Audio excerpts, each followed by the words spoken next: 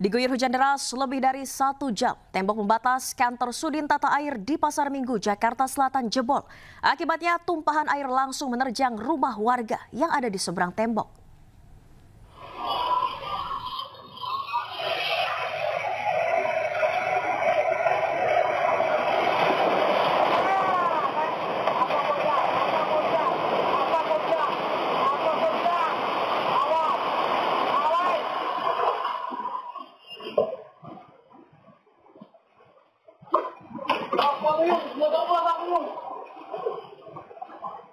CCTV sebuah toko merekam detik-detik jebolnya tembok milik Sudin Tata Air yang berada di Jalan Aup Pasar Minggu, Jakarta Selatan, Rabu siang. Sebelum tembok tersebut jebol, air sudah keluar dari celah-celah tembok yang roboh. Tak lama berselang, tembok sepanjang 6 meter ini pun jebol dan airnya menerjang rumah warga. Menurut warga, jebolnya tembok terjadi karena tidak kuat menampung debit air hujan yang turun cukup deras selama kurang lebih 1 jam. Puluhan pasukan oranye atau PPSU dari Kelurahan Pasar Minggu dan petugas Dinas Tata Air langsung bergerak membantu warga di lokasi. Ya, baik dalam menanggulangi bencana yang ada di Kelurahan Pasar Minggu, untuk siang hari ini kami menurunkan semua personil yang masuk piket pada hari ini. Jumlahnya kurang lebih ada sekitar 60-70 PPSU, dibantu dengan teman-teman dari sumber daya air, juga dari pertamanan sudah turun. Teman-teman dari Damkar, teman-teman dari BPBD juga langsung saling berkolaborasi untuk membantu penanganan kejadian hari ini. Pas kejadiannya jam 10:42 itu tiba-tiba tembok jebol. Jadi kayak sampah itu masuk ke dalam, dorongan kayak tsunami lah gitu. Itu kursi ada rusak juga, kabel toples, baru baju hanyut banyak banget gitu. Saat ini air sudah surut dan akses jalan yang tadinya sempat tak bisa dilintasi kendaraan kini sudah bisa dilintasi. Dari Jakarta, Helmi Sajangbati, iNews melaporkan. Kita ke informasi selanjutnya, pemirsa. Menteri Koperasi Budi Aris Setiadi dan jajaran telah melakukan audiensi dengan KPK Rabu siang. Budi Aris menginginkan KPK terlibat untuk mengawal program Koperasi Desa Merah Putih. Pak, gimana audiensi hari ini, Pak? Harus saya jelasin. Dalam audiensi hari ini yang berlangsung di Gedung Merah Putih KPK Jakarta, Budi Ari menjelaskan audiensi dengan KPK penting dilakukan lantaran jumlah koperasi daerah Desa Merah Putih mencapai 80.000. Ditambah lagi alokasi dana yang dikucurkan untuk koperasi Desa Merah Putih mencapai ratusan triliun rupiah. Hasil audiensi disepakati bahwa nantinya Kemenkop bersama KPK akan menekan nota kesepahaman atau MOU. Selain itu, Budi Ari juga akan melibatkan KPK ke dalam tim program Koperasi Desa Merah Putih. Karena program Koperasi Desa ini memiliki tujuan mulia sehingga harus dikawal dengan baik.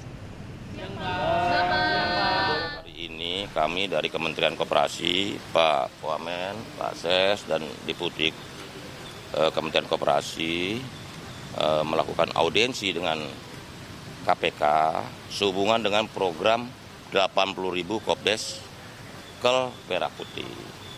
Karena program itu begitu strategis, begitu besar, termasuk melibatkan anggaran yang sangat besar, maka kami meminta bantuan KPK untuk memberikan edukasi, pendidikan anti korupsi juga untuk para pengelola Kopdes, juga pengawasan dan mitigasi risiko.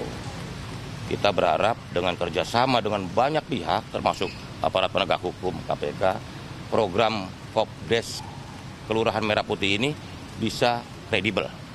Karena program Kopdes Merah Putih ini memang bertujuan untuk meningkatkan kemajuan bagi desa, kesejahteraan masyarakat, dan juga memutus mata rantai kemiskinan dan juga menghilangkan rentenir tengkulak di desa-desa dan membangun serta membentuk sistem ekonomi yang lebih berkeadilan dan berkelanjutan.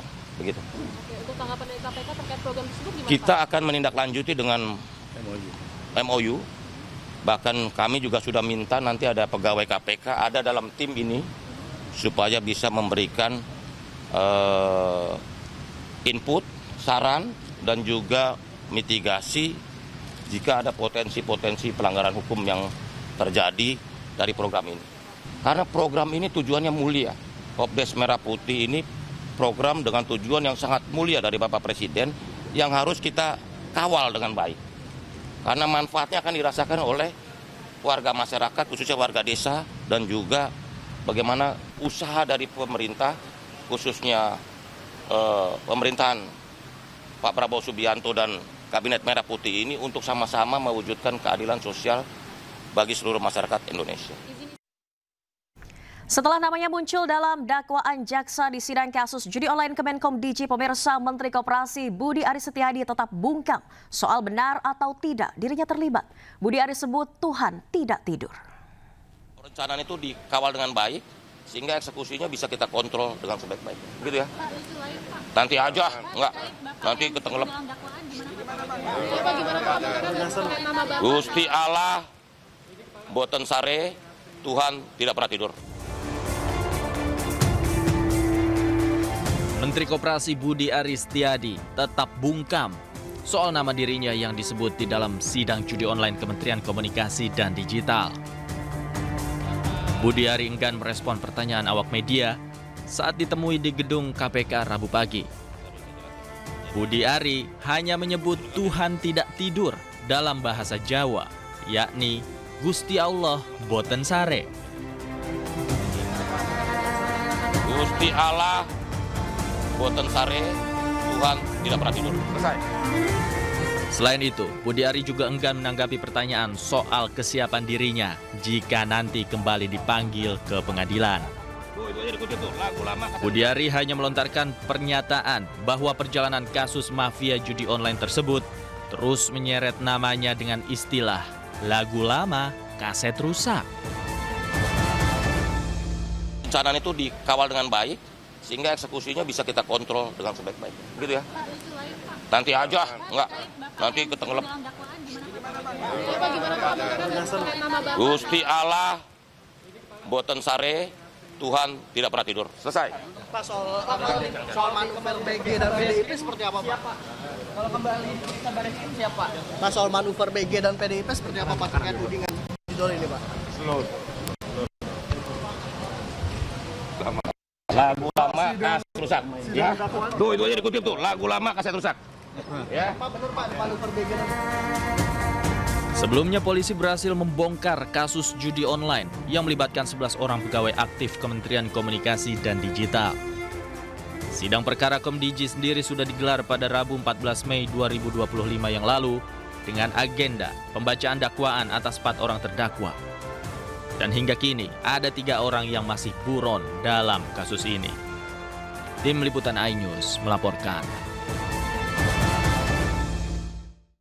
Kita ke informasi selanjutnya, pemirsa. Pelajar hingga orang tua murid di sekolah luar biasa SLB Wiyataguna Bandung kecewa atas pembongkaran sekolah mereka.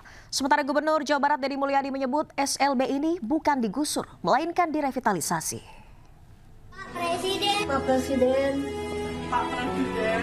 Pak Prabowo, Presiden kami. Pak Prabowo, Presiden kami. kami mendukung sekolah rakyat. Kami mendukung sekolah rakyat. Kami mendukung sekolah rakyat. Tapi jangan usir kami. Tapi jangan usir tempat belajar anak kami. Tapi jangan hancurkan masa depan kami. Tapi jangan bongkar sekolah kami. Video permintaan untuk menghentikan pembongkaran sekolah luar biasa atau SLB Wiyataguna di Jalan Pajajaran Bandung viral di media sosial.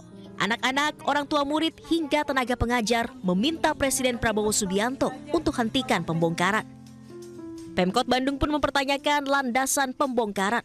Padahal bangunan SLB resmi tercatat dalam daftar cagar budaya yang dilindungi oleh peraturan daerah.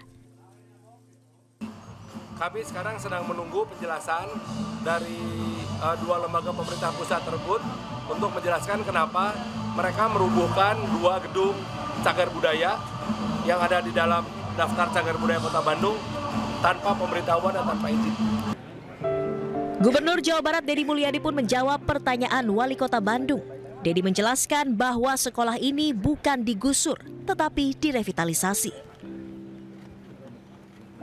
Jadi gini, sebenarnya bukan dibongkar diganti sekolah rakyat. SLB itu ada alokasi anggaran dari Kementerian PU. kemudian dibangun sekolah rakyat, dan kemudian setelah pembangunan itu nanti teman-teman SLB sekolah tetap di situ bersama-sama gitu loh. Iya, sekolahnya dibagusin gitu ya. Dah. Sementara itu saat ini SLB Wiyataguna sudah rata dengan tanah. Rencananya di lokasi ini akan dibangun sekolah rakyat yang merupakan program pemerintahan Presiden Prabowo Subianto. Tim Liputan iNews melaporkan.